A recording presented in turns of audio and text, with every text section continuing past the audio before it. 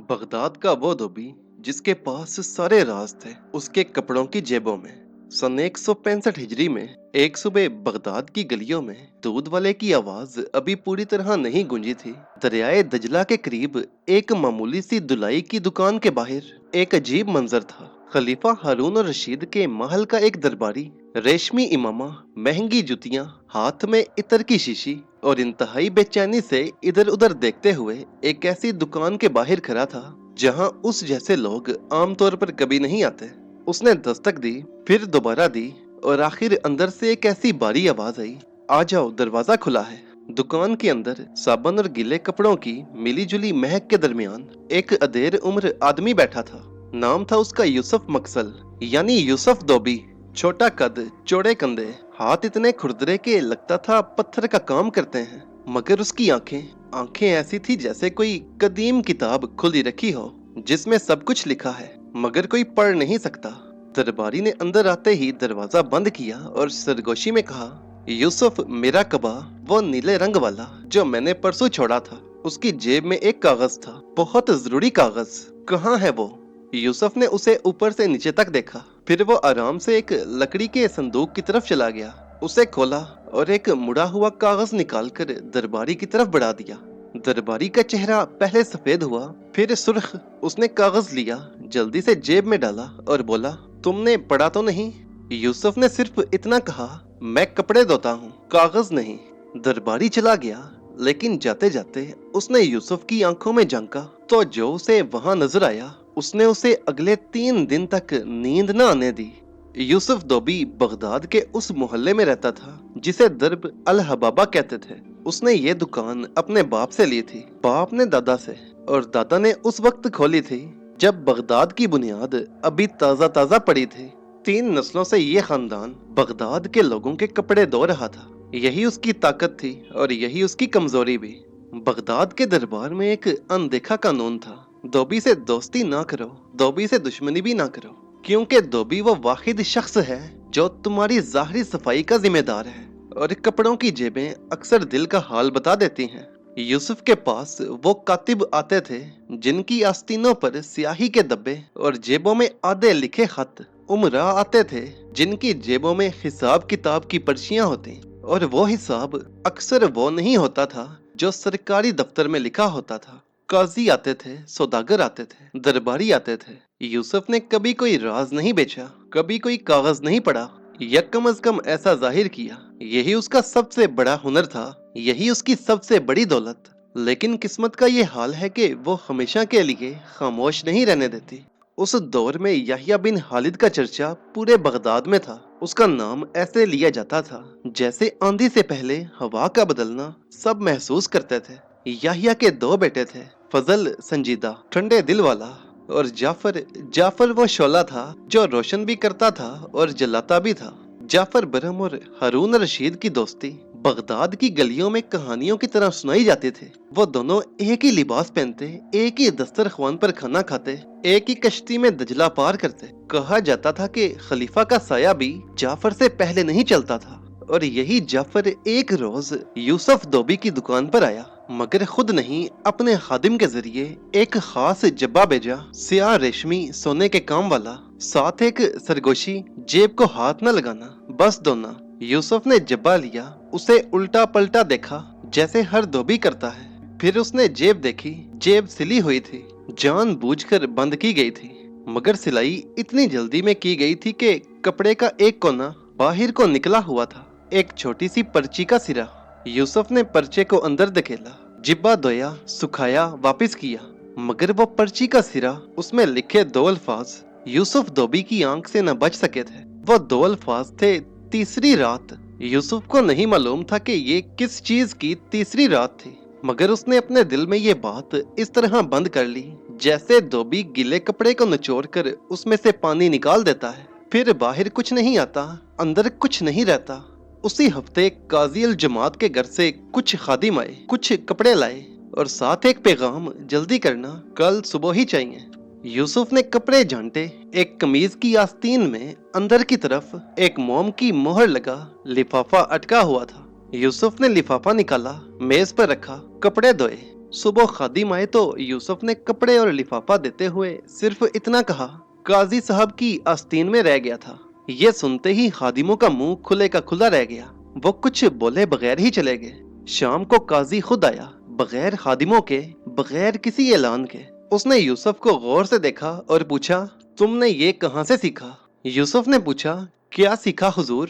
काजी मुस्कुराया, वो मुस्कुराहट जो अक्लमंद आदमी उस वक्त मुस्कुराता है जब उसे पता चल जाए कि सामने वाला उससे भी ज्यादा अक्लमंद है। उसने एक अशरफी मेज पर रखी और चला गया। यूसुफ धोबी ने अशरफी उठाई, देखी और वापस रख दी। अशरफी का वजन उससे कई गुना ज्यादा था जो कि यूसुफ धोबी लेता था। मगर यूसुफ ये जानता था कि इजाफी रकम का मतलब इजाफी तवक्को होती है और इजाफी तवक्को अक्सर आजादी ले जाती है। उसने वो अशरफी काजी के घर वापस भेज दी। साथ ही ये पैगाम भी भिजवाया कि हुजूर मेरी उजरत पूरी थी। होते होते ये बात पूरे मोहल्ले में फैल गई। बगदाद के बाजारों में चर्चे होने लगे और उस दिन के बाद यूसुफ मक्सल का नाम बगदाद के एक तबके में मुख्तलिफ अंदाज से लिया जाने लगा। ना खौफ से, ना हकारत से, बल्कि उस खामोश एहतराम से जो कि लोग ऐसे शख्स को देते हैं जो कि ताकत तो रखता हो मगर उसे इस्तेमाल ना करे। फिर एक दिन ऐसा आया कि यूसुफ की जिंदगी में एक ऐसी चीज आई जिसे वो संभाल नहीं सकता था। मौसम हिज़ां की एक दोपहर, जब दजला का पानी कुछ स्याही माइल हो और बगदाद की गलियों में जब पके फलों की खुशबू तैरती है, एक औरत आई, ना जवान ना बूढ़ी, सादा लिबास, चेहरे पर घूंघट, हाथों में कपड़ों का एक छोटा सा गट्ठा। उसने वो गट्ठा मेज पर रखा और कहा, इसे दो देना, मैं कल सुबह ले जाऊंगी। यूसुफ ने गट्ठा खोला। अंदर उसके 3 कपड़े थे, बच्चे का कुर्ता, एक औरत की चादर और एक मर्दाना जिब्बा। जिब्बा देखते ही वो रुक गया। वो जिब्बा उसने पहले भी देखा था। 1 महीने पहले खलीफा के एक बहुत करीबी दरबारी के जिस्म पर। वो दरबारी जो अचानक बीमार पड़ गया था और बाजार में उसके मुतालिक तरह तरह की बातें थी। यूसुफ ने औरत को जाते हुए देखा, फिर जिब्बे को पलटाया। अंदर की जेब में एक छोटी सी तह थी, एक कपड़े का टुकड़ा जिस पर स्याही से कुछ लिखा हुआ था। लिखाई कांपते हाथ की थी। यूसुफ ने पढ़ा, एक बार पढ़ा, फिर आंखें बंद की। वो 4 लाइनें थी। उन 4 लाइनों में एक नाम था, एक ऐसा नाम जो पूरे बगदाद में सिर्फ खलीफा के कानों तक पहुंचना चाहिए। हाँ, और अगर गलत कानों तक पहुंचता तो लिखने वाले की गर्दन जाती। यूसुफ धोबी उस रात सोया नहीं। उसने अपनी पूरी जिंदगी में पहली बार सोचा कि खामोशी का क्या मतलब है। खामोशी यानी कागज वापस कर दो, मुंह बंद रखो, काम करते रहो। यही उसकी 3 नस्लों की काविश थी। मगर इस बार खामोशी का मतलब था कि शायद कोई बेगुनाह किसी काम में फंस जाए। हो सकता है कोई सच दब जाए जो सामने आना चाहिए। जब सुबह हुई, औरत आई। यूसुफ ने कपड़े दिए, जिब्बा भी दिया, अंदर का कपड़ा भी। उसे हाथ नहीं लगाया, अपनी जगह रखा रहने दिया।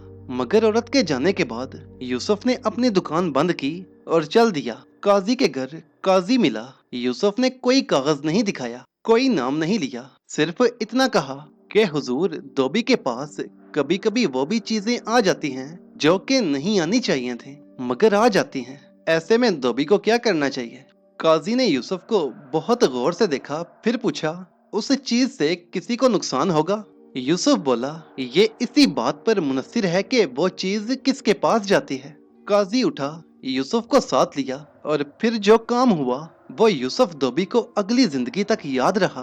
काजी ने उस नाम तक जिस तक पैगाम पहुंचना चाहिए था, पैगाम पहुंचाया। ना धोबी के जरिए, ना किसी खबर रसां के जरिए, बल्कि इस ढंग से कि यूसुफ धोबी का नाम कहीं ना आए। मामला ठंडा हो गया, कोई खून ना बहा, कोई शोर ना हुआ। मगर बगदाद के एक छोटे से हलके में ये बात चलने लगी कि यूसुफ मक्सल के सामने कपड़ों में कुछ न रखना।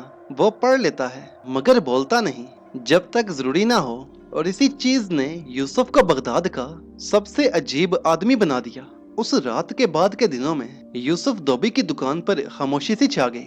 वो लोग जो पहले हर हफ्ते आते थे अब नहीं आए। वो खादिम जो अमीरों के घर से ढेर सारे कपड़े लाते थे गायब हो गए। एक पूरा तबका, एक पूरी दुनिया रात भर में खत्म हो गई। कुछ ही दिनों के बाद अचानक एक ऐसा वाकया रोनुमा हुआ जिसने यूसुफ धोबी की जिंदगी पर बहुत गहरा असर डाला। जब खलीफा हारून रशीद ने बरहमियों के खिलाफ मुकदमा चलाया तो दरबार के कुछ लोगों ने सबूत ढूंढने शुरू किए। उन्हीं में से किसी ने याद दिलाया कि यूसुफ धोबी के पास बरहमनियों के बरसों से कपड़े जाते रहे हैं, हो सकता है उसके पास कुछ काम की बात हो। एक सुबह दो आदमी आए, सरकारी लिबास में, तलवार कमर से ऊपर। उन्होंने यूसुफ से पूछा कि तुम्हें बरहमनियों के कपड़ों में से क्या कुछ मिला था? आज तक क्या देखा, क्या सुना, हमें बताओ। यूसुफ ने उन्हें आराम से बैठने को कहा, उन्हें पानी पिलाया, फिर बोला, मैं धोबी हूँ, मैं कपड़ों की मैल निकालता, राज नहीं संभालता। जो जेबों में मिलता है वापिस कर देता हूँ बगैर देखे। उन आदमियों ने आंखें तंग की, और अगर हम ना माने। यूसुफ ने उनकी तरफ देखा, ना डरा ना कांपा। वो बोला, हुजूर, अगर धोबी अपने ग्राहकों के राज बेचने लगे तो दो बातें होंगी। एक ये कि आपको बरहमनियों के बारे में जो कुछ चाहिए वो मिल जाएगा। दूसरा ये कि कल से बगदाद के हर अमीर गरीब को पता चल जाएगा कि धोबी काबिले एतमाद नहीं। फिर वो सब कपड़े खुद धोएंगे या अपने घर में धोएंगे। जो राज अभी मेरे पास आते हैं, आपके राज भी, वो सब बंद हो जाएंगे। वो राज तो आप सबके घरों में ही खुल जाएंगे। सोच लीजिए, क्या ये फायदेमंद होगा? वो दोनों आदमी एक लम्हे के लिए खामोश हुए, एक दूसरे को देखा, फिर वो उठकर चले गए, वापिस नहीं आए। यूसुफ मकसल ने उस दिन के बाद एक काम और किया। उसने अपने जवान बेटे को बुलाया, अब्दुल्ला, 15 साल का, होशियार आंखों वाला। उसने उसे वो बात सिखाई जो उसके बाप ने उसे सिखाई थी, और बाप के बाप ने उसके बाप को। बेटा, धोबी की ताकत ये है कि वो सबके कपड़े धोता है, अमीर के भी, गरीब के भी, काजी के भी, मुजरिम के भी। उसकी कमाई कपड़ों से है, राजों से नहीं। जिस दिन राजों से कमाना शुरू किया, उस दिन या तो मालदार हो जाओगे या मुजरिम। दरमियान में कुछ नहीं होता। इसलिए कपड़े धोते रहो, आंखें खुली रखो, आंखें खुली रखो, जुबान बंद रखो। जब सच सामने आना जरूरी हो जाए तो काजी के पास जाओ, सौदागर के पास नहीं। उसके बेटे अब्दुल्ला ने सवाल किया कि अब्बा, क्या होता है कि अगर काजी भी बेईमान हो? यूसुफ धोबी ने एक लम्हा सोचा, फिर मुस्कुराया और बोला, तो फिर बेटे, कपड़े धोते रहो, काजी के भी। एक दिन उसकी भी जेब बोल देगी।